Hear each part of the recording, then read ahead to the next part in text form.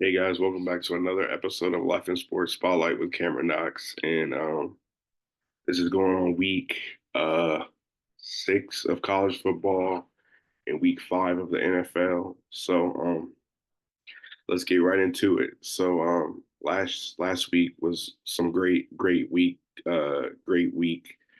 Um, Five games in college football. We got to see, Kansas State. Um, Beat up on Oklahoma State. I did go to that game, and that's 2 weeks in a row where I go watch Oklahoma State lose. Um, I probably will never go back to another Oklahoma State game. They're just, they had high expectations. They were the 20th ranked team, and they don't live up to that expectation. I thought they were going to be a good team in the Big 12. Not saying that they can't still be a good team down the road, but with two losses already to the two better teams, Utah and Kansas State, I really don't see them bouncing back from that. But you never know in the college football world. And then we got to see Notre Dame beat Louisville. Really, I think it was a little bit of a back and forth game. I think Notre Dame eventually wins 31-24. They were both 15 and 16, so that could have went either way. But I think Notre Dame, with them still having a chance to get in the college football playoffs, they couldn't afford another loss. So that was a big win for them. Yeah. And then Penn State and Illinois, really kind of a low scoring game. Um, Big Ten battle. 21-7 game. Penn State eventually pulls it out. So that was a big one for them. Two ranked teams, 9 and 19 at the time. Um, so that was a big win for Penn State at home. Um, yeah. And then I'll save the biggest game of the week, probably the biggest game of the year so far, obviously. And then I'll save that one for the next. But Arizona, Utah, another game I mentioned last week. Um, just a dud by Utah. They're still running with freshman quarterback Isaac Wilson. And I think until Cam Rising comes back, if he ever comes back, I don't know much about this Utah team anymore. It's like weird how they really are just a different team, offense, defense, special teams with Cam Rising, one player quarterbacking. Uh, Oklahoma State now. Now that I've watched them 2 weeks in a row, I don't feel like that was even a big win for them. Because they seem so terrible. Oklahoma State does. So, them being at home and losing to an unranked Arizona team, and giving up 23 points and only scoring 10, I just think until Cam Rising comes back, it's not really. I don't think Utah is the team I thought they were going to be. You know, um, and it sucks to say because even Isaac Wilson is the future for this Utah Utes program, and I just think he was handed the keys too early with the unfortunate injury of Cam Rising. I hope he comes back next week against Arizona State. If not, I think they can still beat Arizona State, but every week it's like the toss up of Cam Rising playing, and if he doesn't play, if he plays, it can't be the deciding factor if Utah wins if Cam Rising is playing. I think the defense has to step up. They did against Oklahoma State, and I thought they were against Arizona. It just didn't happen, and that was a tough loss. They were the 10th ranked team and they dropped 8 spots to 18. That was kind of unfortunate. Uh, but the AP people know that with the LCAM Rising, this probably isn't a good team. And they proved that last year. Um, so it's like if no Cam Rising, this isn't even a maybe a good football team. Who knows? And the defense isn't playing well right now, so we'll see. But all credit to Arizona. Arizona's a really good team. They're not ranked yet, even with that top 10 victory, but they're still good. They have probably one of the best receivers in the country. Um, the defense is led by a 5'5" linebacker, but he's dominant, and that's what he does. Um, anyways, to the game of the week, maybe the game of the year, depending on who plays with the games next week in week 7. But I'll get into that next week. But Bama and Georgia, Bama started off hot, 28-0 coming out the gates. I kind of knew they would win. I didn't obviously. I don't think anyone predicted the start, but I thought they would win because of it being in Tuscaloosa, Georgia not playing great on the road, stuff like that. And Bama just completely came out and dominated Georgia in all phases. And so, it becomes a good game. Final score 41-34 with Georgia going up with, I think, about less than 2 minutes left. Them coming back, and then the freshman Ryan Williams completely just erasing that comeback in the matter of moments. And then, you know, the the DB from Alabama, Xavier Brown, I believe his name is, just picks off Carson Beck in the end zone to just in the game. But that's a great win for Alabama. They're now ranked 1. Um, I kind of thought they would still give the edge to Texas. Texas really hasn't played anyone, so maybe that's. I mean, they played Michigan, who was high ranked at the time, and now Michigan's back at 10. But that was a big win for Alabama to get them. To stop really people stop talking about Nick Saban. I mean, obviously one of the greatest college football coaches ever, if not the greatest, arguable to whoever. Um, and then Kalen DeBoer is just, his record as a head coach is phenomenal. From being at Fresno State to Washington to now Alabama, his record against ranked teams is phenomenal. He's just a really good coach. I think that he was the perfect fit to replace Nick Saban, and yeah, Alabama is a really good team, as we knew before, but Georgia is too. They just didn't start off well, and that's the worst thing that could have happened on the road, them going down 28-0 and having to climb back. Um, but the best thing is you get another opportunity. They're still ranked, I believe, 6, top 10 for sure. Um, but the best thing is they get another opportunity this week against Auburn uh, at home now. You know, that's going to be a win to get them back into their own groove and to get things going. So we'll see. Okay, that was a recap of week 5. So now we're going to go into week 6 this week.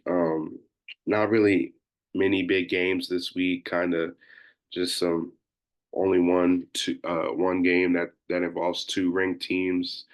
Um, and that's Missouri and Texas A&M, a 9:25 matchup. Um, 2 SEC teams. That's always, you know, a good battle, no matter who's playing, because the SEC, the toughest conference in all of America. So, Missouri probably has the edge. I believe they win convincingly. Um, I'm not sure where the game is. I think it's at Texas A&M if I'm not mistaken. But yeah, I don't see Missouri losing this game.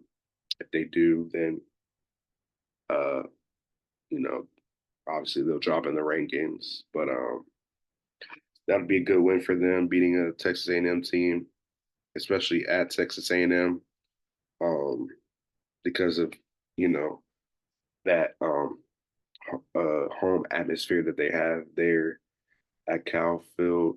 So that'd be a big one. Um, I kind of stretched with these next two games, just hoping to talk about something other than one game. But Miami going to Cal, eight team in the country. Kind of they almost lost, literally by a mishap. You know, controversial call. I think it was an incomplete pass that last second, like Hail Mary type thing, at the end of the Virginia Tech game. But yeah, they almost lose. So let's see how they bounce back. Going from Miami, flying across the country to California. Um, it's gonna be a tough one because Cal is they're not maybe like a team that flashes you like a team, under the radar, but they're tough. They went on the road and beat an Auburn team. Um, they went on the road and almost beat Florida State. Not saying that's even a big win anymore because of how bad Florida State has been playing. But you know, I think Miami for the first time is gonna probably have a tough battle, having to play on the road. This is gonna be their big road test, not of the season, but like right now. Um, it's gonna be a big one. Let's see. I think Miami pulls it out, but it's gonna be a big game for for Cal, to see where they're at and see how they can match up against a top 10 team. And then this last one was really kind of a stretch, but Michigan, Washington, you know, two teams that were in the college football playoffs last year. One going to wait, this was the national championship game. I I don't know what I was thinking, but yeah, two. This was a national championship game, so rematch of the national championship game. But this time it's in Washington, not in a neutral site. So I think Michigan wins probably convincingly. Not really impressed with Washington, but it's just a rematch of the national championship. So I think Sharon Moore has did a phenomenal job bouncing back from that excuse me, that Texas loss. Beating USC. Kind of a fight last week against Minnesota, but they end up pulling that game out. But going on the road to the West Coast, like I mentioned about Miami, going on the West Coast is not easy. But it's not easy for a West Coast to go to the Midwest or the East, South, whatever you want to, how you want to say it. But like, it's always a battle going to an unfamiliar territory. So it's gonna be a good game. I think Michigan wins more than likely, but who knows? There's not really any big games this week. But that'll be three games to look out for. I know College Game Day is going to Cal Berkeley for the first time ever.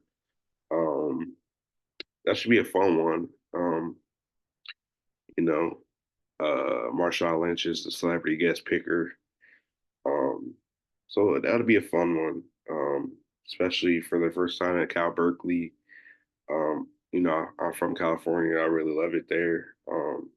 Unfamiliar territory for me. I don't go, to Northern California much, but it's always a good time when I go there. Um, yeah, so I think that's a little preview of this week's uh, week 6. Not really anything to move me or viewers, maybe, but we'll see. Okay, going into week 5 of NFL.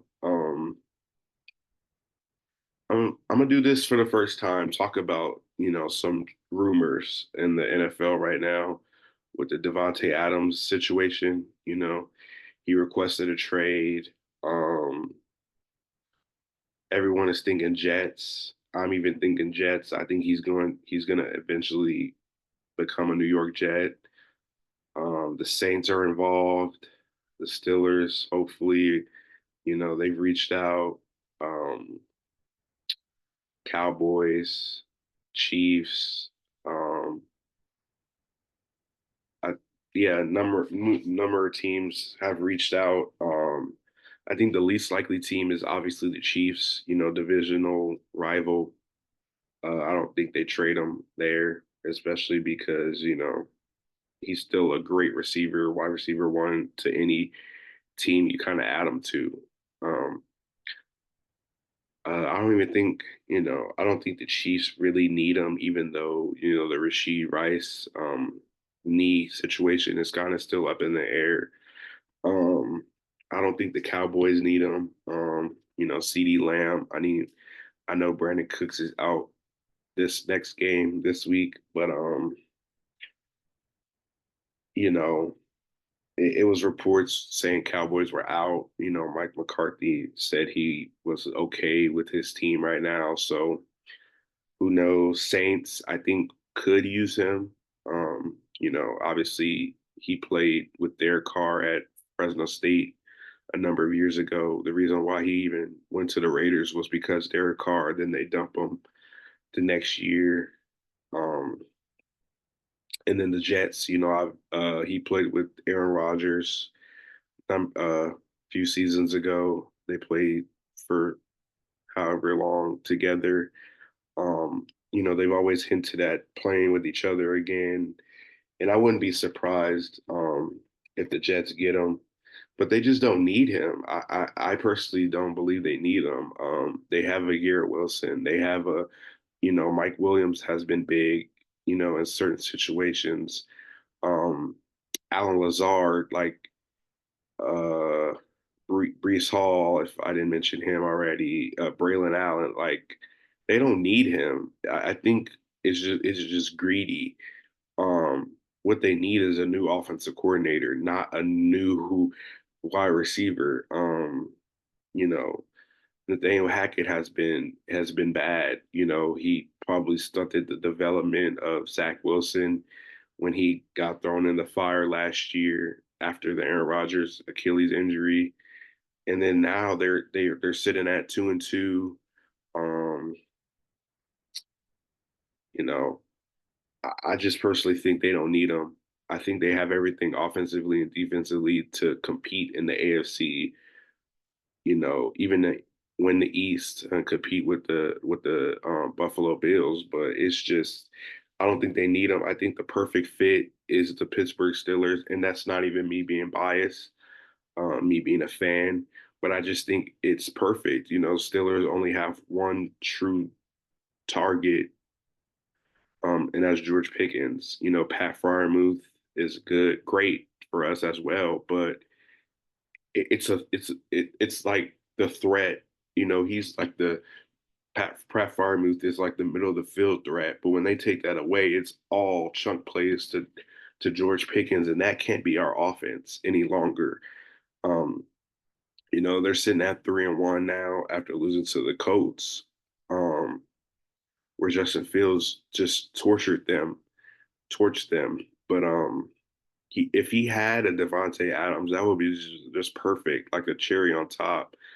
But one thing the Steelers have to do is get the run game going. Um, and if they do that and add a Devontae Adams, they could compete in the AFC North with the Ravens right now. Um, with the Bengals and Browns really struggling. So with those two teams actually competing with one another, it would be perfect to add a Devontae Adams. Um, and then yeah, I just think he needs to be a Steelers. I think they're going to be aggressive as they were to get Brandon Ayuk. Um, Even if it's really to give up Russell Wilson, I don't know if he's really that much of a trade asset at the moment. But I'd take a, I'd give up a second or a third, and for Devontae Adams, even though he's a bit older, but he'll be perfect alongside George Pickens, and then help even George Pickens become a better wide receiver. Um, that's how getting guys like that to help develop your young receivers. George Pickens in his third year, I believe, third year, yeah. So that's just perfect. I think that's the best stop fit for him. He said he wants a quarterback that can get him the ball. Justin Fields has been tremendous the past, 4 weeks into the season, doing everything, he's been asked to do in this offense, so we'll see. Um, so I'll recap week 4. How I talked about last week, my terrible record and picks, but I kind of bounced back, going 11-5. Um, that brings my overall up to 38-26. Um, um, week 3, week 4, excuse me, was a big week. We got to see the Steelers sadly suffer their first loss. The Bills suffered their first loss. The Seahawks suffered their first loss. So I think it's now just the Chiefs and Vikings, if I can remember correctly. Um, being 4-0, Vikings 4-0. But they both have tough games this week. Vikings going to London, playing the Jets, as well as the Chiefs playing kind of a hot started Saints team. They've cooled off now. I think they're 2-2 now, losing to the Falcons, and can't remember who else they lost to. Um, oh, the Eagles. Yeah, Eagles. So that puts them at 2-2 now. So we'll see. So now to get in my picks, Thursday night football, um, Falcons, Buccaneers. I think that'll be a great game tonight, actually. Falcons, I think I'm going to pick the Falcons. Buccaneers are really great. They go out and blow out an Eagles team. Um, Falcons played great. Back and forth battle with the Saints, and Young Ku kicks the game winning field goal. Um, it's gonna be divisional game on Thursday night. Be a fun one in Atlanta. So I'm going Falcons. And then, like I mentioned, Sunday morning in England, Jets and Vikings. Vikings coming in 4-0. Jets kind of losing a low, very, very low scoring game in New Jersey against the Broncos. But I think I'm gonna take the Jets. You know, the Vikings have looked very, very good. Sam Darnold MVP conversation, being able to get the ball to his guys. Jordan Addison was out. He's back. He can spread the ball around, and with Kevin O'Connell, I think he looks tremendous calling the plays, getting his guys involved. Aaron Jones, Sam Darnold being able to get the ball to Justin Jefferson, and then whoever else can be a compliment to those guys. But I think it has to be the Jets winning this game. They're a good team, like I mentioned. They have a great offense, great defense. but this is a big this needs to be a big win for them. Get Aaron Rodgers going, get him going, getting the ball back to Garrett Wilson, feeding Brees Hall when needed, and then like just being there. Mike Williams is a vertical threat.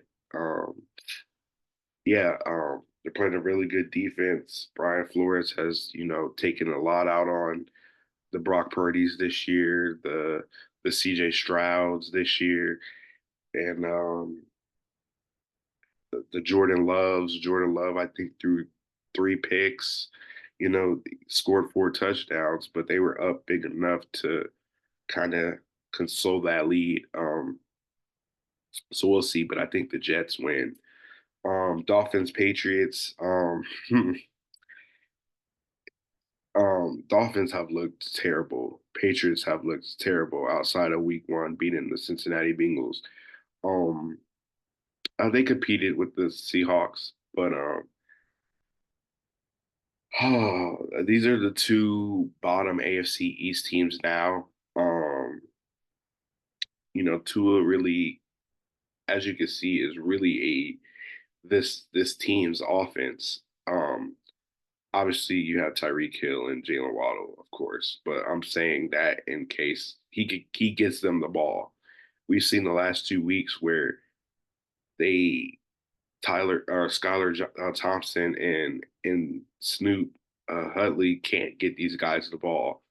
Um, and I don't want to put too much pressure on Tyler Huntley. That's why I think the Dolphins do win this game. He gets another week of practice. He was kind of thrown into the fire, uh, but I think now with a little more practice, I think he'll be a little bit prepared. They just had too many penalties really to sustain drives against the Titans on Monday night. Um, but other than that, it's kind of a hard pick. It's kind of a toss up. But I think I think the Dolphins pull it out. They just have to get Tyreek Hill involved. It can't be the the screen passes to him and the jet sweeps and like they gotta get him middle of the field intermediate routes, get him deep ball threats. That's because that's how Tyreek Hill takes the top off defenses when you can get him the ball. And in that case, you put the Jalen Waddles in the same situation, fade routes, intermediate throws, just to test that Patriots defense. And I think they're going to do a great job of that. Hopefully, um, Mike McDaniel's a really good coach, and he hopefully could adjust to that. And Patriots just haven't looked really well. Jacoby Brissett is, you know, just an okay quarterback, um, but he's there for a reason. They haven't started Drake May, so they believe that he can, hopefully continue to compete, help this team compete and win games. But in this case, I don't think they can. Um, and then Bears, Panthers, Caleb Williams, not really looking like the number one pick. Um, but it's only week 5. You know, I think this is going to be a good opportunity for him to get comfortable against a not so great Panthers team. Panthers have looked a lot better since making the switch to Andy Dalton, um, both offensively and defensively. But we'll see. I think the Bears win. I think they can pull out a big win and get them back, in the win column again. Beating the Rams last week was big, like I mentioned, but Caleb Williams still hasn't had a number one pick game. Um, Obviously, I'll talk about Jaden Daniels, but he's looked like he should have been the number one pick so far. And that's been the last 2 drafts where maybe the number 2 picks just go into a better situation, maybe. So, they look a lot better than the number one picks, but we'll see. I got the Bears winning. And then Jags Colts. I keep talking about, Doug Peterson, if they lose, he may get fired. Um, but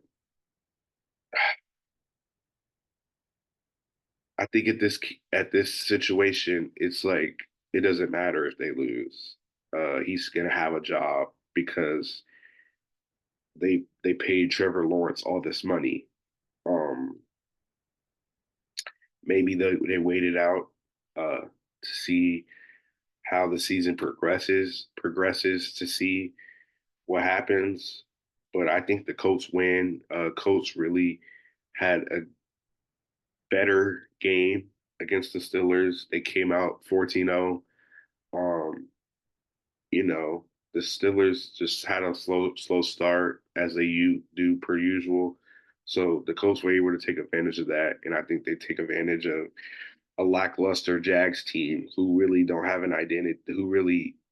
They don't have an identity. Um, you know, Jonathan Taylor is probably not going to play, so that may hurt a little. Anthony Richardson got hurt as well in that Steelers game. So even Joe Flacco, Anthony Richardson, whoever plays, I think they beat this Jags team. Um, but we'll see. Texans, they're playing. Crap, I didn't write this one down. Um, Texans are playing Buffalo. That's right, Buffalo. It's going to be a big game. Probably one of the better games of the week. Um, you know, two great offenses playing against one another. Josh Allen didn't really play well against the Ravens. Ravens started off hot. First play touchdown, Derrick Henry. Um, So, and when that happens, you see that happen to your defense. You panic a little. Maybe they're not going to show up today. But hopefully, he bounces back. But I still think the Texans win. The Texans haven't really looked like the team we thought they were, not yet at least. The Bills have kind of taken over that role in that case. They suffered their first loss um, last week to the Ravens, but hopefully the Texans can come out hot. That's a division that they can easily win. They keep stacking wins. They've already beat the Colts. They beat the Jags last week. I don't think they played the Titans yet. But this is a winnable division. They won it last year. I don't think there's no way they lose it this year. So we'll see. That's going to be a big game. I love to see how CJ Stroud continues to grow. He's in a little bit of a slump. They've been scoring the ball, but he hasn't looked like the dominant rookie that he was last year. But they always bring up the sophomore slump stuff, but he's in MVP talks a little bit. But I think this is going to be a great week to challenge that Buffalo defense. So we'll see. They don't really have a run game, so it's been all pass, pass, pass to Nico, to Stefan. Tank Dell, I think, was out last week. I'm not sure about this week, but we'll see. Ravens, Bengals. I think Ravens kill the Bengals. It's in Cincinnati, but I think the Ravens have just had so much going for them. Um, they really always struggle against the lower ish teams that I think people think they're gonna beat. But this is a divisional opponent, so you can't really just say Ravens are gonna win easily, convincingly. But I think the Ravens win. They can keep running the ball with Derrick Henry, keep you know having Lamar make great decisions. But they haven't really needed to really take the top off of the defense yet. Obviously Lamar has became a better passer, but there hasn't been big Zay Flower games. There hasn't, Isaiah likely had that one, week one big game, but they haven't really needed that yet. So maybe the Bengals can try to force them into that. But so far it's been all the big run game, and it's been dominant for them. Um, so Commanders and Cleveland Browns, Commanders are looking dangerous. Uh, Cliff Kingsbury was probably the best fit for a young Jaden Daniels. They called it a college offense. Well, not they, but when they played the Bengals, a Bengals player called it a college offense. But maybe that's what's perfect and what's pushing them to become such a great young team so far. They have young players, so maybe that system where they don't have to think as much, do as much, just keep it simple for them is what's making it so great and what's making it so dominant start for them. Um, Jaden Daniels has looked like the rookie of the year so far. Um, Offensive rookie of the year, as I should say. Um, so, he kept it simple. Cleveland has just looked awful. Deshaun just turning over the ball, just, terrible offensive line, but you can't really put it all on them. Amari Cooper hasn't looked like Amari Cooper dropping passes, which leads to turnovers. The defense hasn't really been as dominant as they were last year. Um, it's just struggle. So I think it'll be a good challenge for that Commanders offense with that defense. But as of right now, I don't want to go against the hot team. So I think the Commanders win.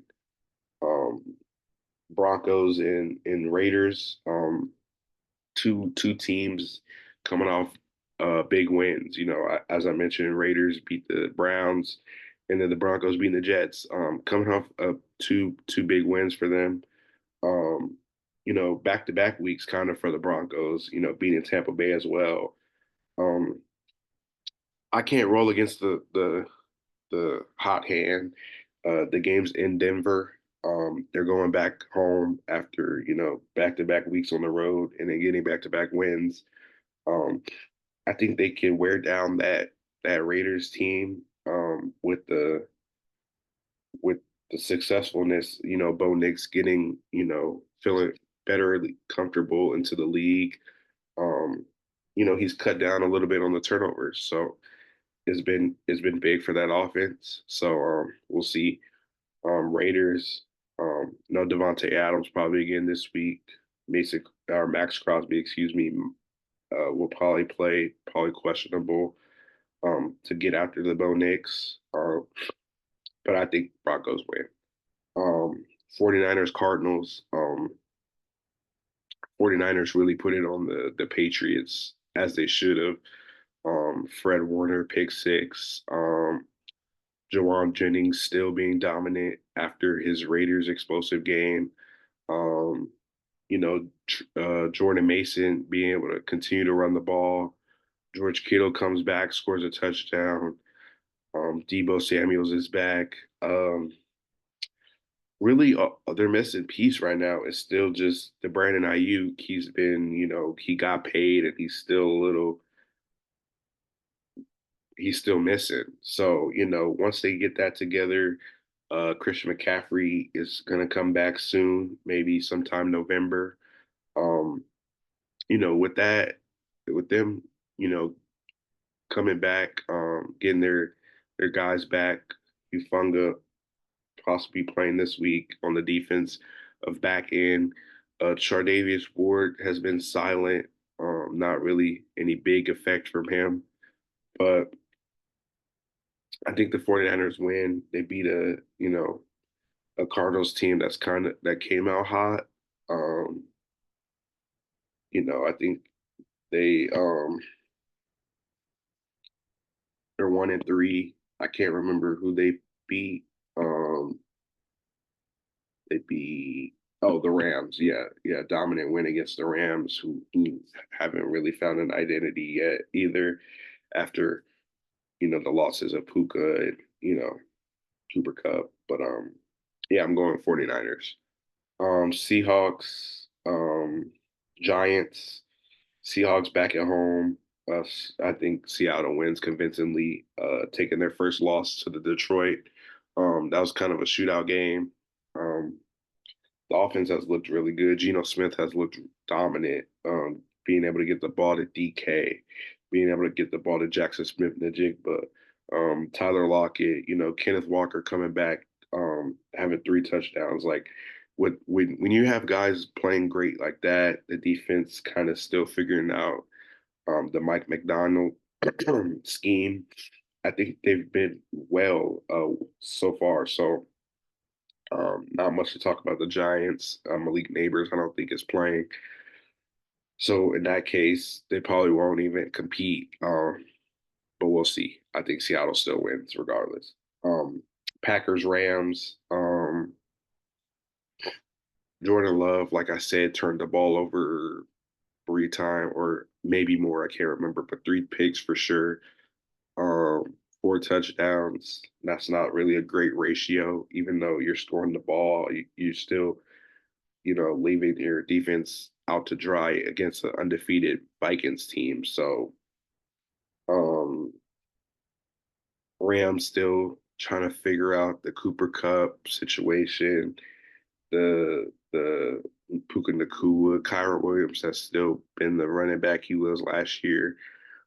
But all that to say, the defense is just not as good. Obviously, they traded a lot of guys. Aaron Donald retires. It's just not been good for them. So I think the Packers win. I think a big day for Jordan Love. He has a lot of weapons. The Jaden Reed, Romeo Dobbs, Wicks. I think Watson probably won't play.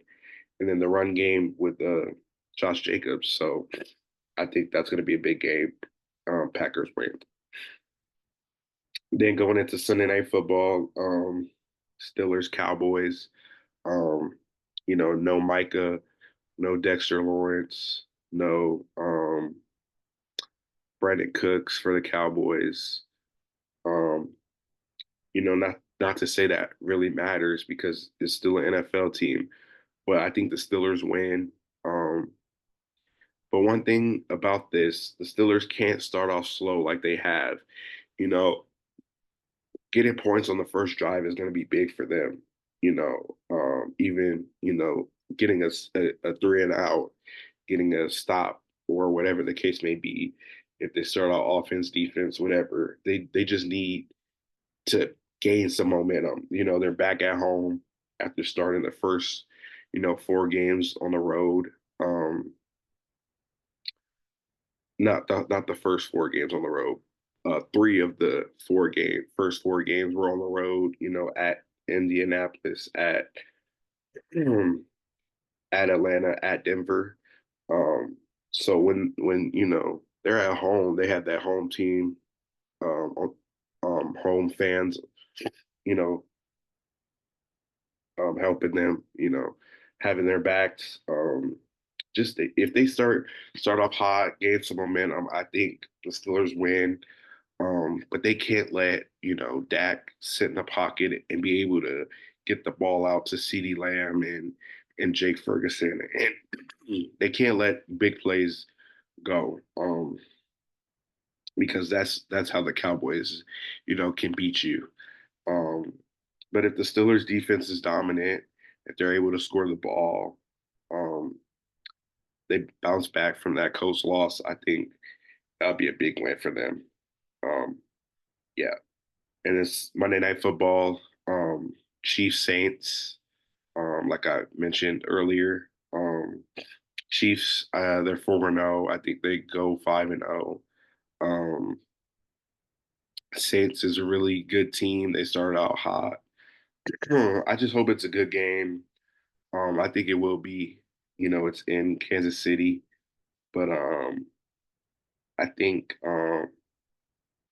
it all depends on, how how the Saints can really uh how their defense can create turnovers. Obviously it's no Rasheed Rice. Travis Kelsey has still been missing. So it's going to be on the rookie Xavier Worthy, maybe the Watson, Juju Smith coming into a bigger role. Still no running back. You know, maybe they still have Kareem Hunt, who's still getting into things, being back in Kansas City. Carson Still. It's really big. It's going to depend on if the Saints, like I said, can create turnovers on Mahomes, make those running backs fumble, just create extra possessions for Derek Carr, and get Alvin Kamara going. Um, Chris Olave will probably have a tough battle with McDuffie, if that's where they go. Um, yeah, they have a good tight end in Jawan Johnson, who could also kind of be a threat uh, in the red zone if they can get there. So we'll see. That'll be a good game, I think. But I think the Chiefs pull it out. Um, then there's, four teams on bye weeks. Detroit coming off their big win against Seattle on Monday Night Football. Their jerseys were really, really nice. I think, between the several teams that had like revamped jerseys, Detroit, Houston, Denver. Uh, I think the Cardinals might have, maybe it was last year, but between those teams, I think they all really did a phenomenal job with the revamp of the jerseys. With Detroit's all blacks with the Honolulu blue was really really nice touch. It looked really good. And then these other three teams really needed, an early week bye. Um, Chargers still dealing with, Justin Herbert's ankle injury, but he's been playing only because I feel like he has to. Um, but they really need to get him some help, like um, now, really. But J.K. Dobbins has went down a little bit. So hopefully, after the bye, they can get him going again. Um, but the injuries have just been brutal for them, and that's why it's probably great for them to have an early bye week. And then Philly, another um, early bye week they needed. The AJ Brown didn't play. Chris Godwin, no, not excuse me, Devontae Smith, Saquon. Like I said, they just need to keep feeding him the ball when they get AJ Brown back. That's what that creates great things, and we'll see how they bounce back off that loss from the Buccaneers. But the bye is going to be big for them. And then Tennessee, Will Levis goes down. They beat the Dolphins. Not really. It's a big win to get them in the win column because they were 0-3. But you know, it, if Will Levis can't go, Mason Rudolph did a phenomenal job getting them points when needed. Um, but that's a good bye week for them. Jeffrey Simmons didn't play. So yeah, that kind of wraps up, my preview of week 5 for the NFL. Like I mentioned tonight, uh, big game, Falcons, Buccaneers. Hope you guys can watch uh, Amazon Prime. Mm, I think the game starts 7:15 here at in Central Time, 7:15, 5:15 Western or Pacific. So yeah, um, that's going to be a conclusion of another episode of Life and Sports Spotlight with Cameron Knox, and I'll see you guys next week.